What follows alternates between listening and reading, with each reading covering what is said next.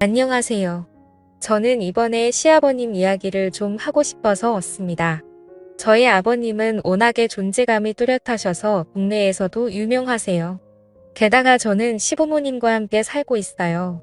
28살에 30살 남자에게 속아서 결혼을 덜컥해버리고는 신혼집을 구하고 구하다가 결국 함께 살기로 했어요. 처음에 딱 3년만 지낼 생각으로 왔습니다.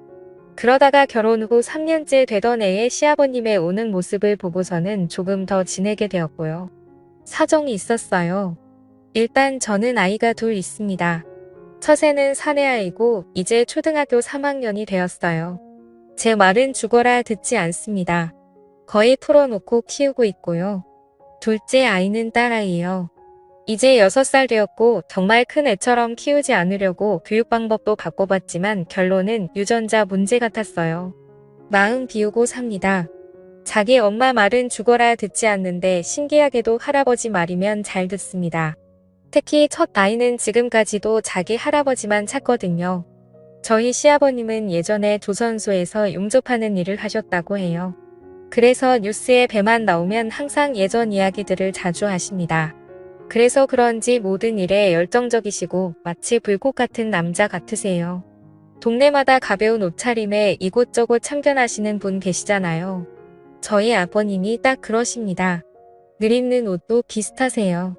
흰색 난닝구에 하늘색 나는 바지를 입고 다니시거든요. 예전에 지방에서 사실 때는 근처에 사람이 적어서 덜 하셨는데 아파트로 이사 오게 되시면서 주변에 사람도 늘고 참견할 일도 늘어서 그런지 결혼 초반에는 아버님 얼굴을 뵐 일이 드물었습니다. 엄청 바쁘셨거든요. 아파트 엘리베이터 점검할 때도 가셨고요. 외벽에 칠을 새로 한다고 할 때는 집에서 창문 열고 소리를 지르시면서 꼼꼼히 칠해야 한다고 하시더라고요. 그때마다 저희 시어머님은 기운이 뻗쳐서 그런다고 허공에 삽질하는 것도 아니고 참 쓸데없는 곳에다 힘을 쓴다고 절레절레 하셨어요. 저도 아버님의 기준이 있어서 절대 집안 살림에는 참견하지 않으셨어요. 만약에 조금이라도 잔소리를 하면 그날부터 시어머님은 밥을 차리지 않으셨거든요. 밥 잘 먹고 기운 뻗쳐서 저런다고 굶겨야 한다면서 밥을 엄청 부실하게 차려주신다네요. 몇 번 그렇게 맨밥만 드신 뒤로는 절대 집안일은 신경 안 쓰십니다. 저는 그 당시 직장 생활을 하고 있던 상황이라서 주말 말고는 함께 식사할 시간이 없었고 집에서는 잠만 자던 시기라 그런 일을 듣기만 했었어요. 문제는 제가 아이를 낳고 나서부터였습니다. 원래는 아이가 나오면 분가를 하려고 준비 중이어서 출산 후에 시댁에 잠시 머물다가 나가려고 했습니다.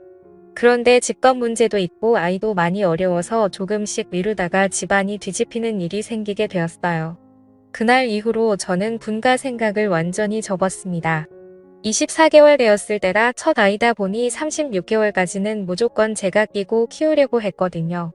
직장도 관두고 아이만 봤는데도 어쩔 수 없었습니다.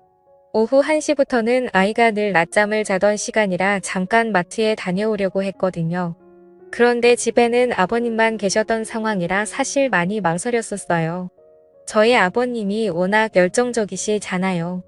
그래서 주변 친구들이 나중에 아이 낳으면 손주 사랑이 엄청나서 저보고 힘들 거라고 사랑이 참견이 된다고 하던데 근데 신기하게도 전혀 그러지 않으시더라고요. 사내 아이는 손 많이 타면 약하게 큰다고 하시면서 자주 안아주지도 않으시고 조금 거리를 두셨어요.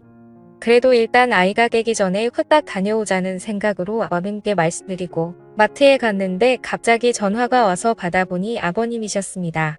빨리 집으로 들어오라고 소리를 치셔서 무슨 일인가 싶었는데 근처에 아이 울음소리가 들리더라고요. 속으로 앞불싸하고 밀던 카트도 내팽개쳐놓고 집으로 달려갔어요. 도착해보니 아이는 정신없이 울고 있고 아버님은 앉지도 못하고 어찌 할 바를 모르고 계셨고요. 이마가 다친 것 같았습니다. 그 당시 저희 집 소파가 쿠션만 있는 게 아니라 소파 트리나무 조각으로 된 거였어요.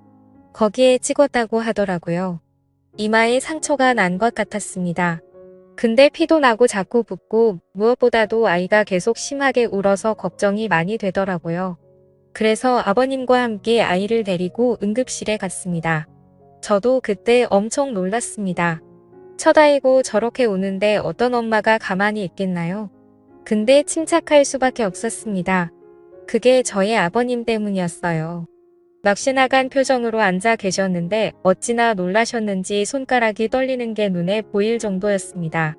거기서 제가 더 놀라면 아버님이 큰일이 날 것 같았어요. 문제는 시어머님이셨습니다. 어머님은 곧장 병원으로 달려오셨거든요. 병원에 들어오시자마자 손주가 누워있는 걸 보시고는 그냥 바닥에 주저앉으셨고요. 우리 손주 잘생긴 이마가 왜 저렇게 되었냐면서 난리를 치셨습니다. 그 소리에 놀라 아이는 더 울고 그러자 시부모님들도 더 걱정하셨고요. 시아버님은 아이 손을 잡고 계셨는데 계속 손주에게 미안하다고 하셨습니다. 사실 아버님이 미안해하실 문제는 아닌데 저도 잘못이 있으니까요. 그런데도 자꾸 미안하다고 하셨어요. 시어머니는 그런 아버님 옆에서 아이가 나중에 바보 되는 거 아니냐면서 첫 아이인데 이걸 어쩌냐고 계속 걱정하시는 바람에 결국 아버님이 오셨습니다. 그때 아버님이 우는 모습을 처음 봤어요. 어머님은 아버님 옆에서 당신도 머리를 다친 거냐고 다 늙어서 왜 웃냐고 소리치셨고요. 계속 아이 옆에 계시면 더 힘드실 것 같아서 밖에 대기실로 모시고 갔습니다.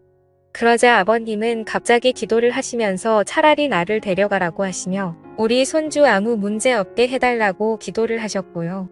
그때 처음으로 저희 시아버님의 손주 사람이 정말 대단하다는 걸 알게 되었어요. 근데 또 어머님이 아버님 옆에서 같이 기도하시면서 그러라고 차라리 이 사람을 데려가라고 아주 대놓고 기도하시더라고요. 물물교환도 아니고 그 와중에도 웃음이 났었네요. 다행히 아이는 아무 문제가 없었습니다. 처음 경험해보는 통증이라 아이가 많이 울 수 있다고 했고요. 산에 아이 키우다 보면 어디 가지는 건 일상이라서 괜찮다고 하더군요. 남편도 도착해서 와 있었고 아이는 점점 진정이 되었는데 저희 아버님은 계속 손을 떨고 계셨습니다. 오시는 내내 그러셨어요. 아버님은 다음 날 바로 거실 소파를 다 버리셨습니다. 쿠션만 있는 소파로 바꿔버리셨고요.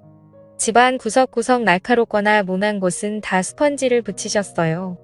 그날 이후부터 아버님이 완전히 달라지셨습니다. 정말 손주 사랑이 엄청나신 분이 되셔서는 조금이라도 아이가 이상한 행동을 하면 본인이 걱정하시고요. 제가 그것 때문에 아이에게 지금까지도 공부 잔소리를 못합니다. 공부 때문에 혼을 내면 아이가 아니라 아버님이 옆에서 엄청나게 걱정하시거든요. 게다가 저희 아이는 언어 발달이 좀 느렸어요. 원래 24개월 정도면 말도 따라하고 그런다는데 저희 아이는 36개월이 지나서야 말을 했습니다. 그것 때문에 아버님이 아이 옆에 붙어서 한글 공부도 해주시고 책도 읽어주시고 친엄마도 못하는 것들을 정말 지극정성으로 해주셨습니다. 다만 아이가 처음 말을 하게 되었을 때 저희 어머님에게 할머니가 아니라 할맘이랬거든요. 아마 할망구 소리를 자주 들어서 그런 것 같았어요. 아버님의 손주 사랑은 동네에서도 유명했습니다. 어딜 나가는 손주와 함께 나가셨고요. 어린이집도 아버님이 직접 데리고 갔다가 과중도 나가셨습니다. 저희 아이가 어린이집에 적응을 잘 못해서 처음에는 엄청 울고 할아버지를 찾았다고 해요. 원래 다 그런 단계를 겪으면서 적응한다고 합니다. 문제는 저희 아버님도 적응을 못하셔서 우는 손주를 외면하고 우는 게 너무 힘드셨다고 해요. 과감하게 등을 돌리고 와야 한다고 말씀을 드려도 손주가 울면 같이 눈시울이 붉어지셨습니다. 그러다 나중에는 접이식 의자를 들고 다니시면서 손주를 보내놓고 어린이집 앞에 앉아 계셨어요. 거기 앉아 계시면 저희 아이가 어린이집에서 놀다가 창밖으로 할아버지가 있나 없나 찾아본다네요. 그때 아버님이 앉아 계신 걸 보면 활짝 웃는데요. 그때 손주가 웃는 걸 한번 보신다고 거기 그렇게 몇 시간을 앉아 계시다가 우셨습니다. 그런 아버님 모습에 분가하는 건 상상도 하지 않게 되었고요. 그래서 저희 아이 어릴 때 찍은 사진들을 보면 늘 옆에는 아버님이 계십니다. 그리고 시선은 항상 저희 아이만 보고 계셨고요. 볼 때마다 울컥해요. 저희 아이도 유난히 할아버지를 잘 따랐습니다. 항상 아이 방에서 재우고 나오면 나중에 아침에는 할아버지 옆에서 자고 있더라고요. 왜 그런가 알아봤는데 밤에 화장실 가고 싶어서 일어나면 무조건 할아버지에게 간다네요. 그럼 또 아버님이 일어나셔서 손주 데리고 화장실 가셨다가 다시 재우신다고 하셨어요. 그렇게 저는 둘째도 낳았고 이쁜 딸아이를 낳았어요. 둘째 손주도 이뻐해 주시긴 했지만 그래도 첫째한테 정말 남다른 애정을 쏟아주셨습니다. 처사이는 거의 아버님이 키우신 것 같아요. 그러다 저희 아이가 유치원에 다니게 되었을 때 한 번 난리 났었습니다. 그땐 저도 화가 많이 났고요. 유치원에 다니고 나서부터 사실 좀 걱정이 되었습니다. 조부모 손에 자란 아이들이 많이 싸운다고 들었는데 오냐오냐 하며 자라면 특히 그런다고 했습니다. 저희 아들 경우에는 조부모 손에 큰 게 아니라 그냥 품속에 있다가 유치원에 간 거잖아요. 만약 그 말이 사실이면 얼마나 많이 싸우겠나 싶었습니다. 그래서 저는 늘 아들에게 절대 싸우지 말라고 차라리 맞고 다녀도 되니 절대 때리지 말라고 심심당부했고 매일 아침마다 싸우지 말라고 이야기했습니다. 그런데 한 달쯤 지나자마자 유치원에서 전화가 오더니 저희 아들이 싸웠다고 하는 겁니다. 그때 정말 가슴이 철렁 내려앉았습니다. 옳게 왔구나 싶었어요. 대부분 자기 아이 걱정부터 한다는데 저는 무조건 상대 아이는 어떠냐고 물어봤습니다. 저희 아이가 할아버지의 사랑 때문에 덩치가 좋았거든요. 상대 아이는 상처가 없는데 그 아이가 저희 아이를 물었다고 했습니다. 그래서 팔에 물린 자국이 있다고 하더라고요. 저는 오히려 마음이 편해지더군요. 그래서 괜찮다고 이야기하고 그날은 제가 아이를 데리러 갔어요. 보니까 활짝 웃고 다 좋아 보이는데 팔뚝에 이빨 자국이 크게 나 있더라고요. 저도 부모인지라 상처를 보니 화가 좀 나긴 했는데 제 아들이 물었으면 자국 수준으로 안 끝났을 거라 차라리 다행이라 생각하고 집에 왔습니다. 집에 오면서 또 심심당부했어요. 절대로 할아버지에게 싸웠다고 이야기하면 안 된다고 특히나 물렸다는 소리는 무조건 하면 안 된다고 했습니다. 최대한 상처를 가리려고 긴 팔을 입히고 반창고로 가렸거든요. 아이에게도 심심당부했고요. 근데 아버님은 귀신같이 아시더라고요. 참 신기했네요. 아이가 노는 모습을 보시다가 팔을 왜 그렇게 움직이냐고 하시며 아이에게 다가가셨습니다. 그러면서 팔을 걷어붙이고 붙인 밴드도 떼어버리시더라고요. 그리고는 아이 머리카락 사이사이를 보면서 다른 상처 자국이 있나 살펴보셨습니다. 사실 그건 저도 안 했던 건데 아버님이 다 살펴보시더라고요. 머리카락부터 발가락까지 아주 자세히 보시더니 그제야 아버님이 어디서 물렸냐고 친구랑 싸운 거냐고 물어보시더라고요. 저는 너무 놀랐네요. 아이는 저를 한번 쳐다보다가 할아버지를 보다가 번갈아 가며 쳐다보다가 그냥 방으로 뛰어들어갔고 아버님은 아무렇지도 않게 TV를 보시더라고요. 아버님은 별다른 반응이 없으셔서 오히려 제가 물어봤어요. 크게 물린 것도 아니니 너무 화내지 마시라고 했습니다. 근데 아버님은 괜찮다고 하셨어요. 아이들끼리 싸우건대 어떠냐고 그리고 원래 지는 쪽이 악에 받쳐서 무는 거고 물린 쪽이 이긴 거라며 웃으시더라고요. 그래서 괜찮다고 하셨습니다. 다음 날은 아버님이 아이를 데리고 유치원에 가셨어요. 그런데 돌아오실 시간인데 늦으시더라고요. 거의 점심시간이 다 돼서 들어오셨어요. 표정이 엄청 어두워 보이셔서 무슨 일이 있었는지 여쭤봤습니다. 어제 그 싸웠다는 애 엄마를 만난다고 하시더라고요. 그래서 늦었다고 하시면서 손주를 유치원에 보내고 혹시나 해서 예전처럼 그 유치원 앞에서 계속 있으셨대요. 아무래도 손주가 몰리고 와서 걱정되셨겠죠. 근데 문제는 어떤 엄마가 아이랑 같이 들어오더니 딱 봐도 화가 잔뜩 난 표정이었답니다. 그래서 유치원 가까이 가보니 저희 아이랑 싸웠던 아이의 엄마였던 거예요. 거기서 막 소리를 지르고 난리를 쳐서 아버님이 가서 이야기를 한참 나누셨다고 합니다. 좋게 이야기하고 사과도 하셨다네요. 그래서 사과는 왜 하셨냐고 우리가 사과받아야 정상 아니냐고 여쭤봤는데 약간 미친 여자 같아서 그냥 사과하고 끝났다고 하시더라고요. 서로 자식 교육 잘하기로 했다면서 그렇게 말씀하시고는 방으로 들어가 버리셨습니다. 저는 뭔가 계속 찜찜했어요. 그래서 그날 아이 데리러 제가 갔습니다. 유치원에 가서 제가 그랬어요. 아까 아침에 저희 아버님과 무슨 이야기를 했냐고 물어봤어요. 상대방 엄마가 화가 많이 났다고만 이야기하더라고요. 아니 물린 쪽은 우리 아이인데 어처구니가 없잖아요. 그래서 아니 할 말 있으면 내들 다 있는 유치원에서 그러지 말고 나한테 직접 전화하라고 내가 엄마니까 연락하라고 했어요. 그러면서 제 전화번호를 알려주라고 하고 왔습니다. 그리고 그날 저녁에 정말 제 핸드폰으로 전화가 오더라고요. 근데 웬 남자 목소리가 나더라고요. 저보고는 그 아이 할아버지라고 하시면서 저에게 대뜸 자식 교육 똑바로 하라고 소리를 치는데 어이가 없었습니다. 그래서 일단 참고 듣다가 애 엄마를 바꿔달라고 했어요. 그 여자가 받자마자 누군 아빠 없냐고 하더니 저에게 막 사붙이더군요. 그래서 혹시 시아버님이 무슨 말 실수를 하셨나 싶어서 그날 아버님이 무슨 이야기를 했냐고 물었어요. 근데 사과만 하셨다네요. 나이 많은 사람이 사과하면 그냥 곱게 넘길 줄 알았냐고 그러더라고요. 그때 뚜껑이 열리더라고요.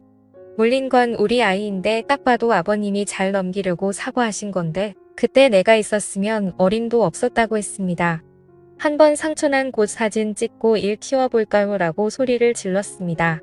그러자 다시 남자 목소리가 나더니 저보고 말 가려서 하라고 또 막소리를 치는 겁니다.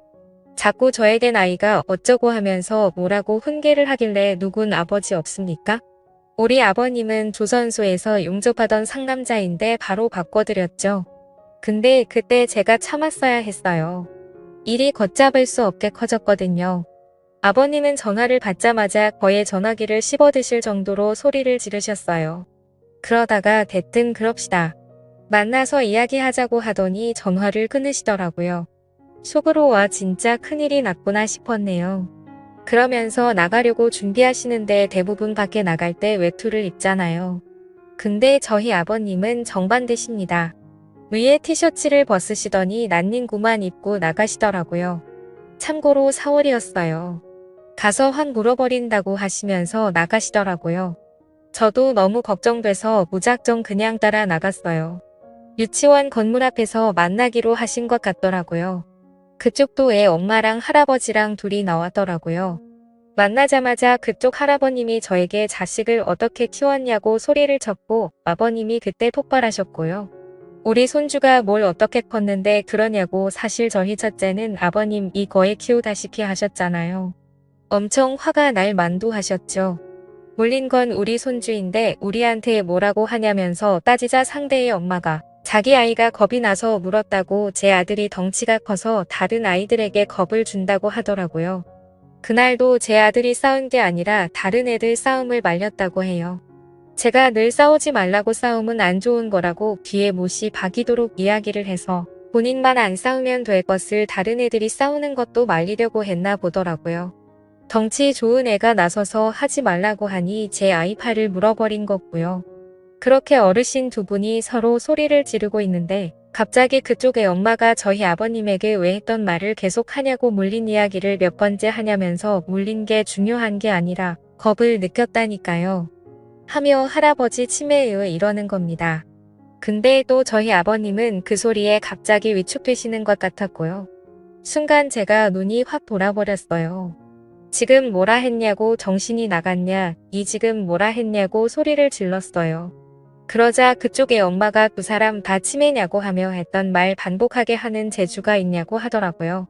제가 비록 저희 아들에게 싸움은 나쁘다고 했지만 살다 보면 싸워야 할 순간이 있더라고요. 그의 엄마를 확 밀치며 빨리 사과하라고 했어요. 사과 안 하면 가만 안 둔다고 걸어서 집에 못 가게 만든다고 소리를 질려버렸고요. 그 엄마 어깨를 잡고 사과하라고 소리를 쳤는데 제 팔을 물더라고요. 이게 제가 물려보니까 진짜 열받더라고요. 우리 아들은 어떻게 참았나 몰라요. 곧바로 머리채 잡고 난리가 났습니다. 그러자 양쪽 아버님들은 말리느라 정신이 없었고요. 그러다가 경찰차도 타보게 되었습니다. 잡혀간 건 며느리들인데 경찰서에서는 아버님들끼리 또 난리가 났어요. 나중에 양쪽 남편들이 도착해서 서로 사과하고 잘 마무리돼서 집에 왔습니다. 저희 아들은 할머니랑 TV를 보고 있더라고요. 머리가 산발이 돼서 들어온 제 모습을 보고 놀라서 저보고 싸웠냐고 엄마는 왜 싸웠냐고 묻더군요. 그날부터 교육 방식을 좀 바꾸기로 했습니다. 싸워야 할 땐 싸우라고 했습니다. 대신 물지는 말라고 그건 짐승들이나 하는 짓이라고 했어요. 그날 이후로 저는 유치원에 잘 안 갔고요. 아버님이 데려다주고 데려오고 해주셨습니다. 솔직히 제가 그의 엄마를 만나면 못 참을 것 같았거든요. 아버님은 그날 저에게 정말 잘했다고 내가 속이 다 후련하다고 하셨습니다. 근데 그때 정말 엄청나게 화가 많이 났었습니다. 지금 와서 생각해도 신기해요. 그렇게 시부모님과 함께 지낸 지도 10년이 넘었네요. 저의 큰애가 이제 초등학교 3학년이 되었으니까요. 아버님의 손주 사랑은 여전하십니다. 늘 아이가 학교에서 오면 이마에 뽀뽀를 해주세요. 예전부터 지금까지도 다른 곳이 아닌 이마에 하십니다. 그때 생긴 상처가 거기에 있거든요. 그 상처에 뽀뽀를 해주시면서 늘 가슴 아파하십니다. 엄청 작은 상처인데 그게 눈에 밟히셨나 봐요. 제 아이도 할아버지에게 오면 이마를 갖다 댑니다. 제가 직접 낳은 자식인데도 가끔은 싫을 때도 있고 미울 때도 있는데 어쩜 저렇게 한결같이 손주를 이뻐해 주시는지 가끔은 제 아들이 부러워하기도 해요. 제가 이 글을 쓰게 된 이유가 옷장 정리하다가 생각나서 썼거든요. 아버님 옷장을 보니 외투가 많아졌더라고요. 그래서 마음이 좀 무겁네요. 예전에는 난닝구에 하늘색 반바지 한 벌이면 봄, 여름, 가을은 끄떡없이 쉬었는데 그러고 보니 요즘은 난닝구만 입으신 적이 없네요. 그것도 이제 알았네요. 시간이 많이 흘렀습니다. 저도 시아버님 덕분에 경찰서도 가보게 되고 그 이후로는 절대 그런 일은 없었지만 참 많은 일이 있던 것 같습니다. 어쩌면 그때 저희 아이가 이마를 다치지 않았다면 이런 추억은 없었겠죠. 저희는 분가했을 테니까요. 그러고 보면 정말 소중한 상처인 것 같습니다. 나중에 제 아들이 더 커서 교복을 입고 군복을 입고 양복을 입을 때까지 아버님이 제 아들 곁에 오래오래 계셨으면 좋겠습니다.